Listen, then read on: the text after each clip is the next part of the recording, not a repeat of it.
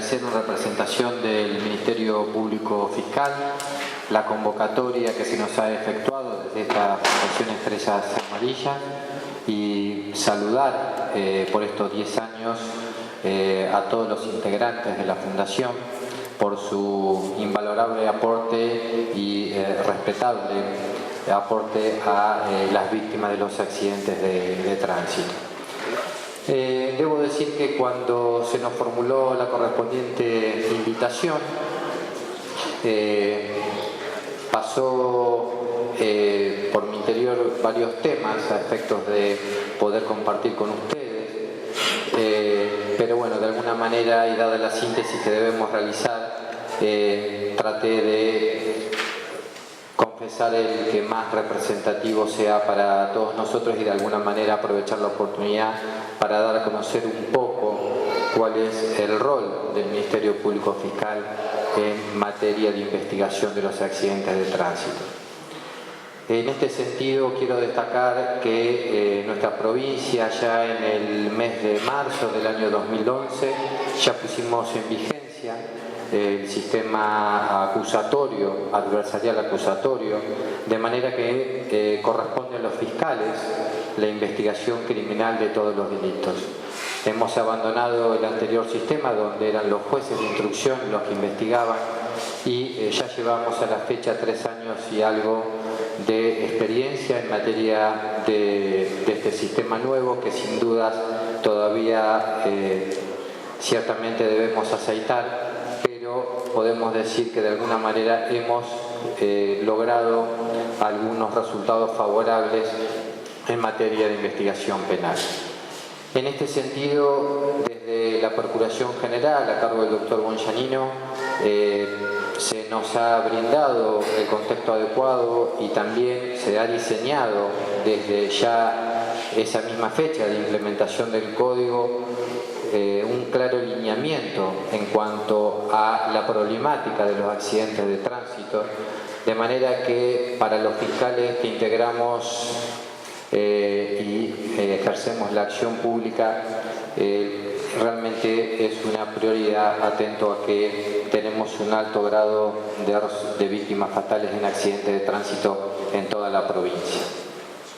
De alguna manera, este es el marco que quería darles, es el marco donde me parece que es una buena oportunidad para acercarnos a las víctimas, más allá de que siempre partimos de la premisa básica de que las fiscalías tienen que ser de puertas abiertas para todas las víctimas y familiares de las víctimas de tránsito. Entendemos que es una muy buena oportunidad también para acercarnos y dejar de lado algunos tecnicismos para poder ponernos del lado y entender claramente el sufrimiento que padecen todos aquellos que han perdido un ser querido. En esta idea no puedo dejar de mencionar que sin duda a los fiscales nos toca quizás una de las peores tareas, que es justamente esclarecer y llevar a juicio a los responsables de los delitos cometidos claramente en el marco de un accidente de tránsito y que se encuentra tipificado actualmente en el artículo 84 del Código Penal. Sin duda, cuando llegamos y nos encontramos en esta ardua tarea, tenemos que tener en claro que el fiscal, y esto era un poco el mensaje que quería transmitir, tenemos que entender a fines de delimitar un poco las responsabilidades de todos los actores, que el fiscal interviene cuando el hecho ilícito ya se ha consumado. Los fiscales no hacemos prevención, no hacemos tareas de prevención. El rol que nos asigna la ley es justamente intervenir cuando el hecho ya se cometió. De manera que, sin duda, ya podemos tener para quienes actuamos en esta actividad, por lo menos la idea clara de que la prevención, la educación vial, resortes de otros estamentos, esta tarea evidentemente ha fracasado si llegamos a un lugar del hecho, una escena del crimen y nos encontramos con un resultado fatal. En este sentido, Nos queda entonces justamente esta tarea, la tarea de investigar la mecánica del accidente y ser lo más riguroso posible en cuanto a los pedidos que debemos formular ante los organismos jurisdiccionales, toda vez que nosotros no somos los que siempre tomamos las decisiones, sino somos quienes peticionamos y pretendemos obtener en el marco de la Administración de Justicia las sentencias que sean más ajustadas al caso concreto. En este sentido, el mensaje y la idea justamente es brindarles un poco la experiencia de estos 3 años de este modelo acusatorio, en el marco en el cual consideramos que hemos logrado importantes avances en materia judicial, en materia jurisdiccional, en materia de resultados favorables. Uno de ellos avances que nos ha brindado la práctica de este modelo adversarial acusatorio, sin duda entiendo, se da en el marco de la investigación fiscal preparatoria, cuál es la intervención del fiscal desde el primer momento del hecho en la escena del crimen. Esta ha sido una política que ya podemos considerar una política del Ministerio Público Fiscal, en cuanto a que los fiscales, si bien no contamos obviamente con la totalidad de los recursos que nos gustaría tener y obviamente por las largas distancias en las cuales nos toca intervenir, lógicamente no somos fiscales solamente de la ciudad de Santa Rosa, sino que intervenimos aproximadamente en un radio de 100 kilómetros a la redonda de la ciudad de Santa Rosa, de manera que la presencia del fiscal en el lugar del hecho la consideramos prioritaria. La consideramos prioritaria en aquellos casos, lógicamente, por una administración de recursos en los hechos gravísimos. Y decimos que es prioritaria esta presencia porque entendemos que en este minuto fatal del accidente es donde, lógicamente, se recolectan las evidencias más claras para el esclarecimiento del hecho. Ese es un poco el lineamiento que pretendemos darle a este flagelo, a este importante crimen, a este importante escenario que luego tendremos que ir a debatir en un juicio oral y público si lógicamente tenemos las evidencias, pruebas necesarias para formular una acusación. Este es un avance y creo que cada vez más nos vamos a acostumbrar con naturalidad a que los medios publiquen que el fiscal se hizo presente en el lugar del hecho y por eso es un poco la idea que lo adoptemos con esta naturalidad, es decir, que los fiscales tienen y deben ir a los lugares de los hechos, no solo porque es obligación, sino porque deben juntar y recopilar las evidencias que se encuentran en ese lugar con una tarea coordinada con la policía. Por lo menos esta es la directriz principal y que en la medida que obtengamos la mayor cantidad de recursos, lógicamente esto se podrá ir poniendo en práctica de manera más enfática. El otro avance que quiero resaltar y que me parece una cuestión sumamente importante tiene que ver con que hoy ya contamos con unas pautas o directivas claras en materia de investigación, producto de justamente la idea centralizada de todos los que participamos en la investigación fiscal preparatoria de brindarle a la policía pautas claras de trabajo. Quien habla conjuntamente con la Fiscalía General a cargo de la ciudad de Santa Rosa, el doctor Sancho, mantenemos múltiples reuniones con el jefe del área de accidentología vial y también con el jefe de la Regional 1, de manera que es nuestra intención que todo personal policial que concurra en accidente de tránsito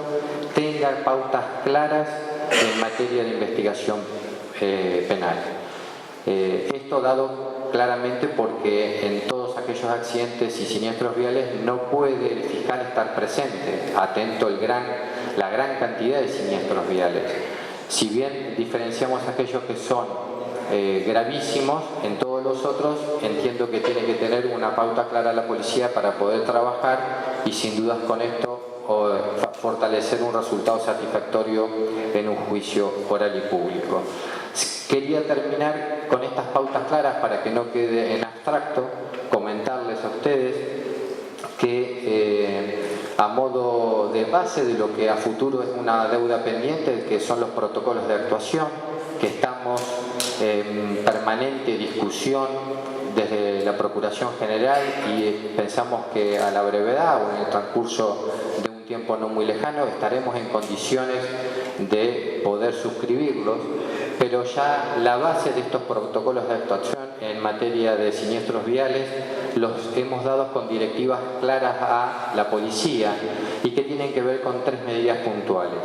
El primero de ellos es el secuestro de todas las evidencias y fundamentalmente de teléfonos celulares. Ya sabemos que hoy en un accidente vial la participación vital de un teléfono celular en cuanto a la distracción del conductor puede ser definitiva para el aporte del grado de culpabilidad del imputado. También hemos dado pautas claras en cuanto a la rápida individualización de los testigos presenciales del hecho. Esta pauta tiene que ver con que muchas veces la policía, no necesariamente el que llega es el área más especializada, sino que llega un agente de policía de una seccional común al lugar del hecho, y en este sentido este personal debe tener presente que, a pesar de dedicarse a la atención de la víctima, tiene que individualizar a los presuntos testigos presenciales, porque va a ser muchas veces la única manera de esclarecer ese hecho ilícito. Si perdemos esa información en esos minutos trascendentales del hecho ilícito, seguramente luego los resultados no nos acompañarán. Y el tercero de las pautas, que quizás está dado en un tercer orden, pero sin duda lo podemos poner en el primero, es con que policía se conduzca en todos los casos con los test de alcoholemia para poder tener claramente el fiscal una rápida resolución en caso de un siniestro fatal donde el conductor se encuentra alcoholizado. De no contar con esta información, seguramente el fiscal no puede tomar una rápida determinación en cuanto a la privación de la libertad. Y esto lógicamente enerva a los familiares de las víctimas cuando luego nos enteramos 4 o 5 días después que, por los resultados de sangre eventualmente que se hayan realizado, que estas personas se conducían alcoholizadas. De manera que estos test de alcoholemia, en Santa Rosa contamos con algunos, pero esperamos de parte de los estamentos que corresponden poder ampliar esta cuestión para poder los fiscales tener más herramientas al momento de tomar una decisión en cuanto a la privación de la libertad del imputado. En líneas generales era el mensaje, y atiendo al tiempo, lo damos por concluido.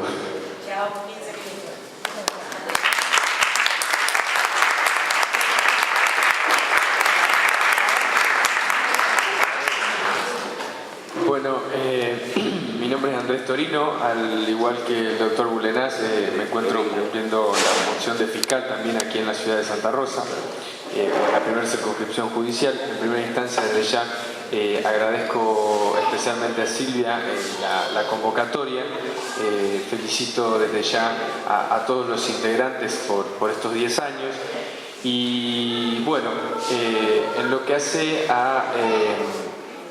el objeto de la presente charla, como en representación del Ministerio Público Fiscal, también vengo un poco a señalar lo que ya ha dicho también el doctor en cuanto al cambio de paradigma a partir de la incorporación de la reforma procesal penal, en la que hemos sido parte de un cambio fundamental de roles dentro del proceso penal. Es decir, y esto sin entrar en una cuestión específica y técnica, hoy tenemos un proceso penal en el que las partes nos encontramos bastante divididas. Por un lado, a la cabeza o en medio, digamos, un juez que responde a un poder de decisión y, digamos, imparcialidad. Por el otro lado, una defensa que propiamente defiende, y por el otro lado, el fiscal que acusa y dirige esta investigación para poder llegar al logro de una condena o una absolución, respectivamente lo que corresponde al caso. Más allá de esta aclaración lo bueno o lo que me interesaba traer a colación es que con este cambio de sistema procesal se ha visto, y esto es muy marcado, que esto conllevó una mayor participación o intervención ciudadana en lo que es el juzgamiento de los hechos en general, hablo, pero también, y esto se observa mucho en los hechos viales, esto de, digamos, la publicidad de las audiencias y la posibilidad del control de la sociedad, de saber qué es lo que pasa y qué es lo que nosotros pedimos, qué es lo que nosotros solicitamos a los jueces, qué es lo que nosotros, cuánto pedimos en una condena, qué pedimos, y hoy este sistema nos brinda esa publicidad que desde ya redunda en un control de la actividad que llevamos adelante. En este sentido, bueno, también la incorporación de nuestro código, y esto sin entrar en detalles, prevé en sus articulados concretamente los derechos de información de la víctima en varios aspectos, pero bueno, en la charla que nos trae a colación, concretamente en los hechos de tránsito, y un poco trayendo a colación este proyecto del que hablaba el señor diputado, en relación a la asistencia a las víctimas. Dentro del Ministerio Público se ha creado la Oficina de Asistencia a la Víctima y el Testigo, la que está compuesta por un equipo interdisciplinario de profesionales, entre ellos psicólogos, asistentes sociales, que lógicamente no están para brindar un tratamiento prolongado en el tiempo, pero sí son altamente importantes en los hechos de materia vial. Ustedes supónganse los casos aquellos en los que hay familias que se encuentran totalmente de tránsito por nuestra provincia y son víctimas de un siniestro vial donde quedan niños sin padres, situaciones totalmente traumáticas, las que lógicamente, como dijo el doctor, nosotros vamos a estar en el lugar del hecho, pero muchas veces nosotros no vamos a poder garantizar la contención en el hospital de ese niño, y esto ha pasado ya y se ha puesto en prueba ya desde el Ministerio Público, por lo menos aquí en esta ciudad, y realmente el resultado es altamente satisfactorio. Yo he sido parte inclusive de ir a otra provincia a visitar a esas víctimas con el personal de la Oficina de Asistencia a la Víctima, y créanme, los recuerdos de esa gente hablan por sí solos de lo que implica hoy tener profesionales que nos acompañan a determinados lugares. Profesionales obviamente de la psicología o una materia sobre la cual nosotros lógicamente no podemos brindar la asistencia necesaria. En relación a este cambio de paradigma, digamos, también es importante hablar, y esto un poco reiterando lo que ha dicho el doctor, en cuanto a el importante lugar que ocupa en nuestra agenda la problemática de la siniestralidad vial, que lógicamente tiene en nuestra provincia un alto grado o resultados fatales, que desde ya nos sugiere y nos invita todo el tiempo. Si bien es cierto, nosotros no hacemos prevención desde nuestro lugar, sí tenemos en cuenta que una condena, como dentro de sus finalidades, y concretamente una de estas es la prevención general, es decir, que la gente tome conciencia de que hay una posibilidad de terminar preso por realizar determinada conducta que obviamente se distingue de la normalidad o de la ordinariedad de los delitos, pero que lógicamente nosotros insistimos en la concientización. En insistir en la concientización de los hechos viales, desde ya y también a lo largo de la incorporación o la puesta en vigencia de este código, es muy loable destacar que desde ya las resoluciones de los jueces en muchos casos nos vienen acompañando. Esta presencia en el lugar, como dijo el doctor Bulenaz, este inicio de la investigación por parte de quien la va a terminar ejerciendo en el debate, desde ya brinda muchas luces que antes no existían, porque lógicamente el fiscal antes tenía otra función. Esta coordinación de la policía, esta coordinación de los elementos técnicos de la policía científica y demás, generan muchas veces que esto pueda ser y debatirse en esto de las audiencias públicas. Las audiencias públicas permiten lógicamente el control de las víctimas, de la gente de la sociedad, en general, pero además la posibilidad de poder explicar qué es lo que pasó en el momento del hecho, realmente los invito, el tema de las audiencias es muy interesante porque es un espacio que se aprovecha. En relación a las decisiones de los jueces, bueno, desde ya, y como también esto ya se incorporó en nuestro Código de Procedimientos como una herramienta que de hecho solemos utilizar, la inhabilitación provisoria para conducir. Esto de la inhabilitación es una herramienta a la que echamos manos en determinados casos o siniestros viales. Si bien se ha discutido la constitucionalidad o no de la inhabilitación provisoria como adelanto de pena, desde ya en lo personal he tenido ese tipo de planteos y repito, los jueces nos han acompañado y sostienen la constitucionalidad y nos apoyan en que podamos de cierta forma inhabilitar para conducir a una persona que lógicamente ha cometido una barbaridad conduciendo en un estado de ebriedad o algo por el estilo. Esa herramienta hoy está en nuestro código, está disponible y de hecho la utilizamos cuando hace falta y esto obviamente resulta razonable. La misma se tiene que sujetar a determinados requisitos como son el desprecio por la vida, etcétera, etcétera, que no quiero especificar concretamente lo técnico. Por el otro lado también, y sostengo, hemos también solicitado y se han dispuesto las prisiones preventivas en caso de hechos de tránsito. Lógicamente, la persona que a veces tiene la desidia de conducir bajo determinado estado o de conducir en forma permanente bajo determinada modalidad, a veces es lógico que también nos obstaculice el proceso y a veces es necesario el encarcelamiento preventivo para poder, cercenar esa posibilidad de que nuestro proceso no llegue a un buen resultado. Bien, ya vamos concluyendo. En relación a otro también de otra de las resoluciones que desde ya podemos decir nos acompañan son las condenas de efectivo cumplimiento. Esto lógicamente no genera que una persona dentro de la cárcel aprenda a manejar, sea más prudente o más diligente,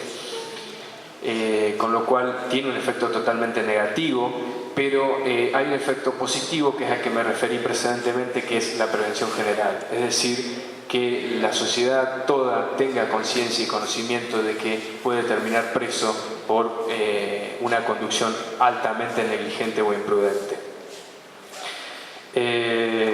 Concluyendo también, y como materia pendiente, se encuentra pendiente de creación, y esto siempre está sujeto a las posibilidades presupuestarias y demás, la creación de una fiscalía temática. Esto es altamente importante porque desde ya esto de la concurrencia a los lugares de los hechos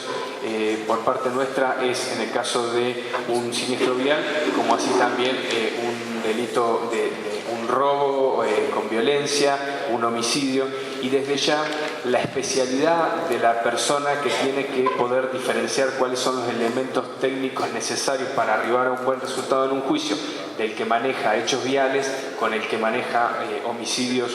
por decirlo de alguna manera, o hechos altamente violentos o contra la integridad sexual, no es la misma, con lo cual esto marcaría un perfil, obviamente, e impulsaría mucho más aún esta preocupación que desde ya desde la Fiscalía tenemos con este tipo de hechos. Eso es todo para ir cerrando con el tiempo. Desde ya muchas gracias y agradezco nuevamente la invitación.